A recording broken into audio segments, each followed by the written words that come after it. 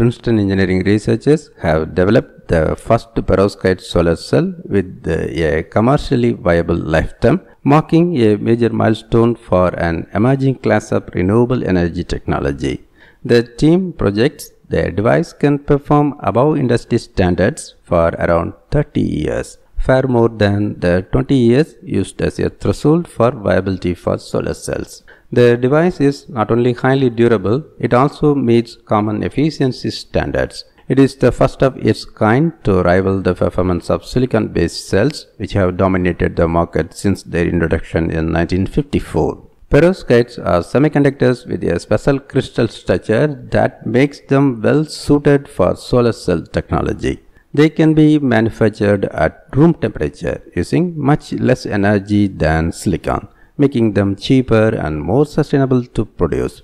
And whereas silicon is stiff and opaque, perovskites can be made flexible and transparent, extending solar power well beyond the iconic panels that populate hillsides and rooftops across America. But unlike silicon, perovskites are notoriously fragile. Early perovskite solar cells (PSC) created between 2009 and 2012 lasted only minutes. The projected lifetime of the new device represents a 5-fold increase over the previous record set by a lower efficiency PSC in 2017. That device operated under continuous illumination at room temperature for 1 year. The new device would operate for 5 years under similar lab conditions. The Princeton team revealed their new device and their new method for testing such devices in a paper published in the journal Science. The researchers said the record-setting design has highlighted the durable potential of PSCs, especially as a way to push solar cell technology beyond the limits of silicon. Due to perovskites' well-known frailty, long-term testing hasn't been much of a concern until now. But as the devices get better and last longer, testing one design against another will become crucial in rolling out durable, consumer-friendly technologies. This paper is likely going to be a prototype for anyone looking to analyze performance at the intersection of efficiency and stability. While efficiency has accelerated at a remarkable pace over the past decade, the stability of these devices has improved more slowly. For them to become widespread and rolled out by industry, testing will need to become more sophisticated. That is where the researchers' accelerated aging process comes in. Early in the year 2020, the team was working on various device architectures that would maintain relatively strong efficiency, that is, converting enough sunlight to electric power to make them valuable, and survive the onslaught of heat, light, and humidity that bombard a solar cell during its lifetime. The efforts layered different materials in order to optimize light absorption while protecting the most fragile areas from exposure. They developed an ultra-thin capping layer between two crucial components, the absorbing perovskite layer and a charge-carrying layer made from cupric salt and other substances. The goal was to keep the perovskite semiconductor from burning out in a matter of weeks or months, the norm at that time. It is hard to comprehend how thin this capping layer is. Scientists use the term 2D to describe it, meaning 2 dimensions, as in something that has no thickness at all. In reality, it is merely a few atoms thick, more than 1,000,000 times smaller than the smallest thing a human eye can see. While the idea of a 2D capping layer isn't new, it is still considered a promising emerging technique.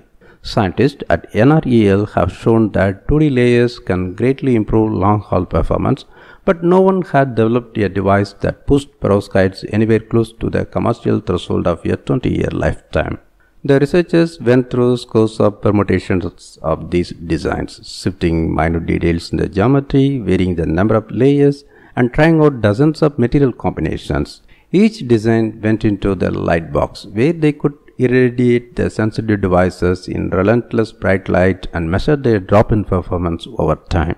In the fall of that year, as the first wave of the pandemic subsided and the researchers returned to their labs to tend to their experiments in carefully coordinated shifts, the researcher noticed something odd in the data.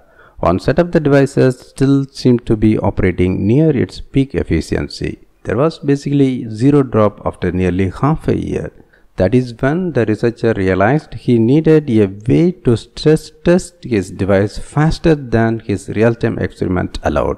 The new testing method speeds up the aging process by illuminating the device while blasting it with heat. This process speeds up what would happen naturally over years of regular exposure. The researchers chose 4 aging temperatures and measured results across these 4 different data streams, from the baseline temperature of a typical summer day to an extreme of 230 degrees Fahrenheit, higher than the boiling point of water. They then extrapolated from the combined data and forecast the device's performance at room temperature over tens of thousands of hours of continuous illumination. The results showed a device that would perform above 80% of its peak efficiency under continuous illumination for at least 5 years at an average temperature of 95 degrees Fahrenheit. Using standard conversion metrics, that is the lab equivalent of 30 years of outdoor operation in an area like Princeton. Perovskite solar cells were pioneered in the year 2006, with the first published devices following in 2009. Some of the earliest devices lasted only seconds, others minutes. In the 2010s, the device lifetimes grew to days and weeks and finally months. Then in the year 2017, a group from Switzerland published a groundbreaking paper on a PSC that lasted for 1 full year of continuous illumination. Meanwhile, the efficiency of these devices has skyrocketed over the same period. While the first PSC showed a power conversion efficiency of less than 4%, researchers boosted that metric nearly tenfold in as many years. It was the fastest improvement scientists had seen in any class of renewable energy technology to date. So, why the push for perovskites? A combination of recent advances make them uniquely desirable. Newly high efficiency and extraordinary tunability that allows scientists to make highly specific applications, the ability to manufacture them locally with low energy inputs, and now a credible forecast of extended life coupled with a sophisticated aging process to test a wide array of designs. The researchers said it is not that PSCs will replace silicon devices so much that the new technology will complement the old, making solar panels even cheaper, more efficient and more durable than they are now, and expanding solar energy into untold new areas of modern life. For example, the research group recently demonstrated a completely transparent perovskite film having different chemistry that can turn windows into energy producing devices without changing their appearance. Other groups have found ways to print photovoltaic inks using perovskites, allowing form factors scientists are only now dreaming up. But the main advantage in the long run, perovskites can be manufactured at room temperature, whereas silicon is forged at around 3000 degrees Fahrenheit. That energy has to come from somewhere, and at the moment that means burning a lot of fossil fuels. Because scientists can tune perovskite properties easily and broadly, they allow disparate platforms to work smoothly together. That could be key in wedding silicon with emerging platforms such as thin film and organic photovoltaics, which have also made great progress in recent years.